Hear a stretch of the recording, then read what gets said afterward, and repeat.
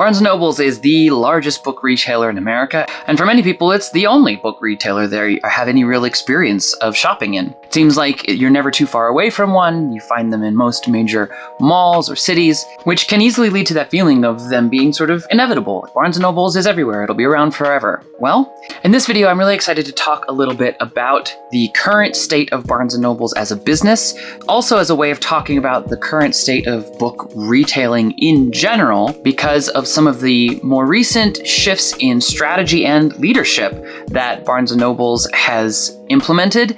I want to talk a little bit together about whether or not I think some of those things might work, or if maybe Barnes & Noble might even have to make some more drastic changes if they want to survive over the next coming years and decades. Welcome to the Story Castle, a home for story nerds everywhere to dive deep into conversations about writing craft and in-depth analysis of popular books and movies, and thorough discussions of publishing and aspects of the writing lifestyle. So in this video, I want to start off with a little bit of background, very briefly, about the history of Barnes & Noble as a company and kind of how we got to the place we're in now. I want to talk a little bit about some of the recent changes they have made, especially in hiring their new CEO and some of the changes that he has implemented. And then we'll wrap up with a bit of a discussion, my take on whether or not I think those things are going to work, whether they're enough, or whether there might be some more things even that Barnes & Noble is going to need to do if it wants to remain competitive and successful moving forward. So I discovered in researching this video, Barnes & Noble was actually founded in 1873, which is kind of wild if you think about it. And that's only shortly after the Civil War ended. It didn't actually change its name to Barnes & Noble until 1917, which again, like World War I. It's kind of crazy to think that this company has sort of existed and been witness to some of the most significant periods in American history, certainly modern American history. So it's a company with a lot of legacy and history and tradition that kind of culminated in its sort of high water mark in the 1980s, before the ebook revolution, towards the end of the print retail expansion, when they had really stores everywhere and they were really kind of living large and doing very, very well as the primary outlet for really the experience of consumers engaging with books, shopping, and book sales. But all good things must come to an end eventually, and in the 1990s, especially the later 90s and moving into the 2000s, as Amazon really emerged onto the scene, and especially as they began moving aggressively into the book space, first as a easy and very convenient way to find cheap print books and just, click of a button, it comes to your door. You don't even have to go out. You can just order it just like everything else on Amazon. But then especially as Amazon began to iterate and innovate and basically in many ways, it's not that they invented the ebook marketplace, but they certainly mainstreamed it and dominated it as they first released their Kindle and then used their aggressive pricing strategies to really undercut traditional publishers and traditional retailers like Barnes & Noble and Borders and get readers into their reader ecosystem with their physical devices and the Amazon ebook store. So I am old enough to remember back in the good old days. Gosh, I sound old. Back in my day. But yeah, back in my day, when I was a kid in middle school and then in high school and even I think into college, there were at least 3 major national book chains. You had Barnes & Noble, but you also had Borders and Books A Million, which I honestly don't know if Books A Million is still in business, but Borders definitely closed. I remembered when that happened. I was quite shocked because I loved going into all of them, growing up as a big book nerd. As a kid, bookstores were kind of my favorite place to go. It was like a library on steroids that had a cafe and cool other stuff. It was one of my favorite places to meet up with friends after school or to hang out. I loved exploring the shelves and getting to leaf through different kinds of books and just the feeling of being in a space that was about books and for readers and lovers of books was really, in a strange way, very comforting. There was something, I didn't realize it at the time, but there was something valuable to me as a kid growing up about realizing that there were other people like me who loved books and stories as much as I did, and this was a home for us, like a place for us to come. Now, of course, it's a company, there's corporate stuff involved, but I really felt that way when I was little. So yeah, when Borders closed, it was a bit of a shock to my system, and it made me realize that there were dynamics at play in the larger book retail market, especially with the introduction of Amazon and the ebook platform, the ebook revolution that took place, that has really changed the game certainly for Barnes & Noble and really for the experience of we readers as customers and consumers in some ways that I think we're still figuring out the implications of.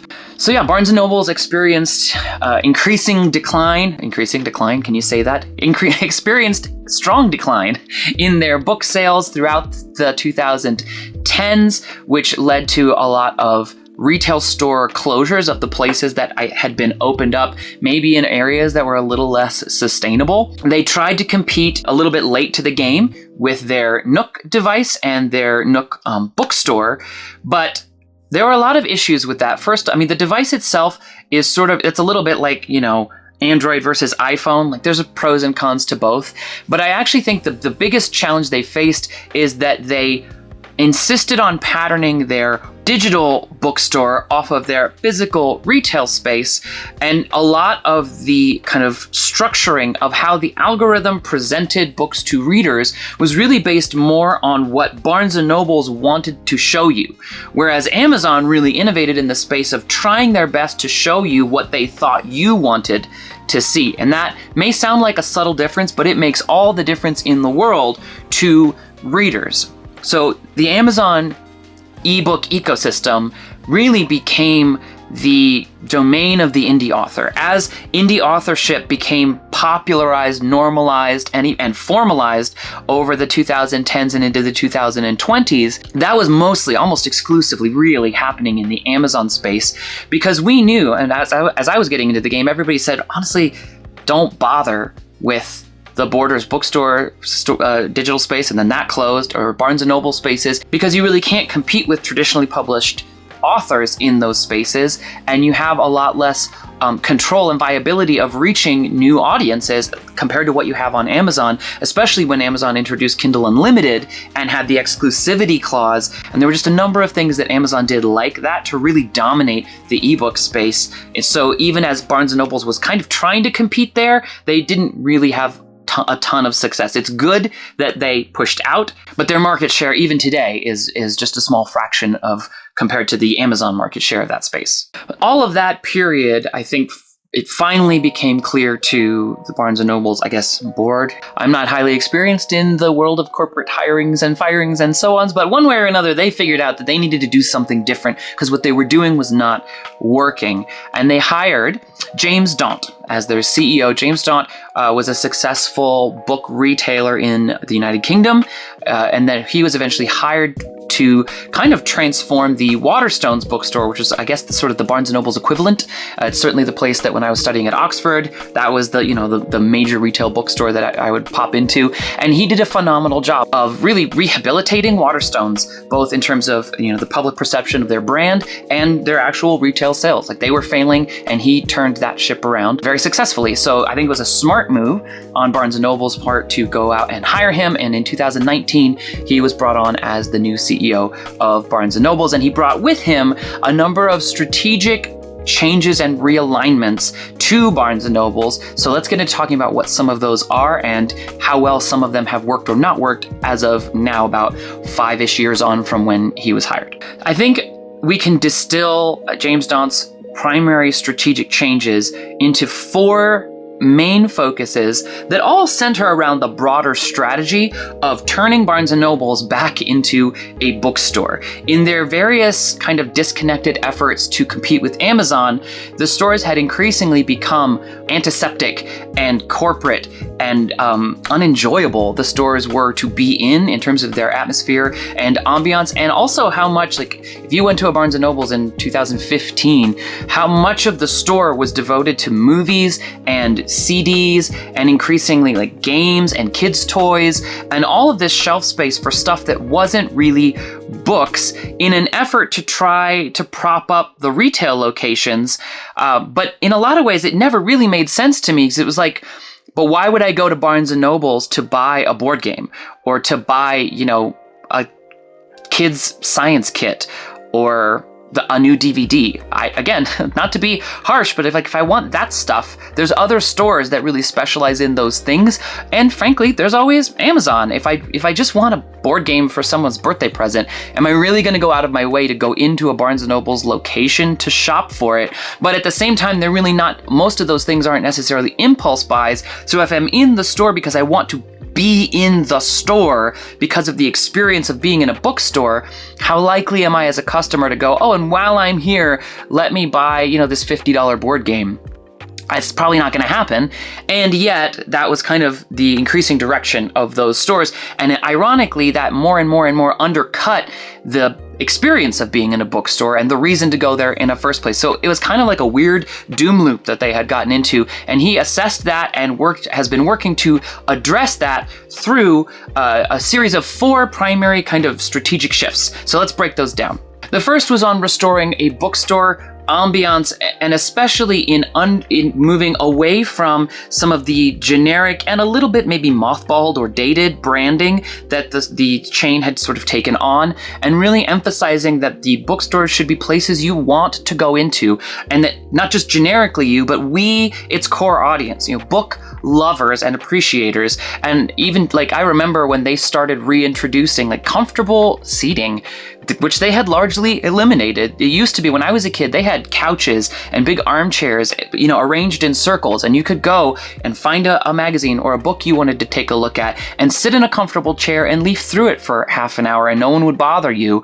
And then a lot of times, like I know that I bought books that I'm sure I would not have bought if I hadn't gotten into them or experienced them or explored them a little bit in the store, because the store itself was a place I wanted to be in. And they really moved away from that, and he really focused on saying we need to get back to that. The stores need to be places that people want to go into, and they don't all have to look the same, smell the same, sound the same, and feel the same. It's good to have some variation, and especially in a lot of the newer locations that have opened up, you can really see where Barnes & Noble has worked at iterating on or experimenting with its branding and presentation and atmosphere in some, I think, really cool ways. But the other really major change that he made that I do think was critical and very effective is in empowering individual store managers in 2 primary ways. One, to actually make their own decisions about inventory. For a long time, it had been increasingly that like corporate just decided what all the stores would stock. And he said, well, the whole point of having a physical book retail location is that the people who live in that area are its audience. They're not people 10 states away. It's people in that town. Generally speaking, a huge percentage of the people who are shopping in that store live in that area, and different regions have different tastes, different interests, different emphasis. Local managers are the best equipped to know what that is and to know what they should be stocking in their stores so that their readers feel like they can find what they want.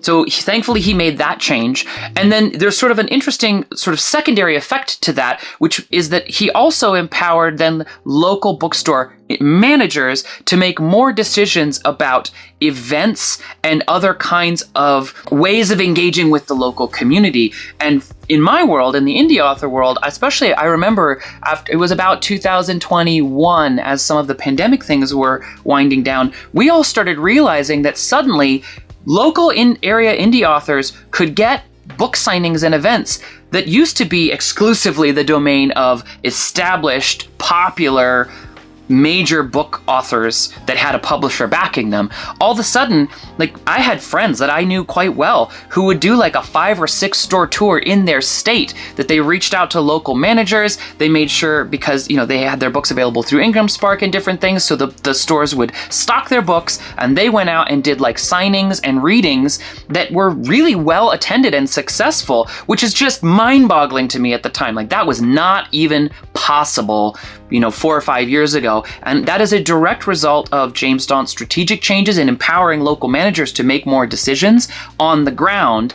And I think it has had a lot of really positive effects in ensuring that local stores feel like the people who live in that place can start to feel more of a sense of ownership and belonging and investment in a Barnes & Noble's in their area in various ways. And finally, the third piece that sort of, again, relates to that broader strategic focus that it was very important is reducing, and in some cases even eliminating, paid placement arrangement for books with major publishing houses. Historically, publishers would actually pay Barnes & Noble's to place their books in those front tables right when you come in, or front facing on the front shelves. Like the best premium retail spaces weren't really based on what the employees or the managers thought readers wanted to see. They were based entirely on what publishers paid them to show. And that was also very much the case with the digital bookstore. Like paid placement for digital shelf space in the digital bookstore was the same issue. And again, he made that shift to reduce or even completely eliminate. And now when you go into a Barnes & Noble's, you might see local area interest stuff. You'll often find that shelf where it has like employee recommendations, readers sharing books with readers, not publishers paying to show their books to readers, which is a small shift, but a very significant one, certainly for the general ethos of the store. And I think, again, it gets back to that question of why should a physical bookstore exist? Like, what is its competitive advantage compared to going to Amazon's digital bookstore and having Amazon show you a bunch of stuff that's related to other things you bought, being able to quickly search and browse and search by titles or topics or themes or all other kinds of ways to filter down and find what you want to read next. Well, one of the big reasons that a physical bookstore has an advantage over digital is that you are in the space, and kind of like kismet or serendipity can happen. You have a sensory experience of being in that space, and there's the relational component. So allowing the store managers and employees to have more of a say in what is presented, and almost opening up more of a relationship opportunity where I, as a customer, can go in and like chat with somebody and find out what they're interested in, or hey, if I liked this, do you have recommendations? And having the personal human interaction piece, even if it's just as simple as me seeing that like Tom says this is a cool book and here's why, is I think a really smart move to emphasize the strengths of what a physical bookstore has to offer and provide a rationale for going in there to have an experience rather than just what is the shortest path from A to B to get myself my next book. Because there is friction involved. You do have to go out of your way. You do have to take extra time. So instead of fighting against that, emphasizing the ways that that can actually be beneficial, I think has been a really important part of Barnes & Noble's strategic shift over the past couple of years. Which leads us to the final part of this video, the big question: is it working? Did those changes have the effect that he intended?